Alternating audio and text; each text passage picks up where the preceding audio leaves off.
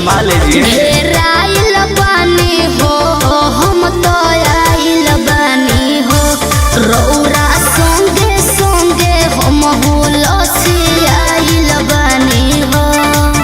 केहू बोली न सबका से कहे जाए तो जाई हला कभी अरे 40 पे हम मालिश करन फ्री में होई पालिश सोई पर सह जाए रात भर रह जाए।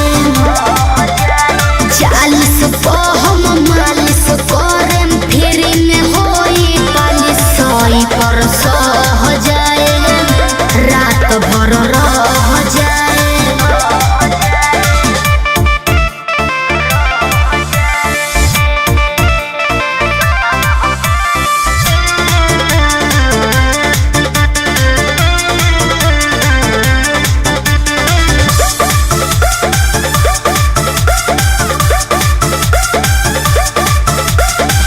मार्केट में तो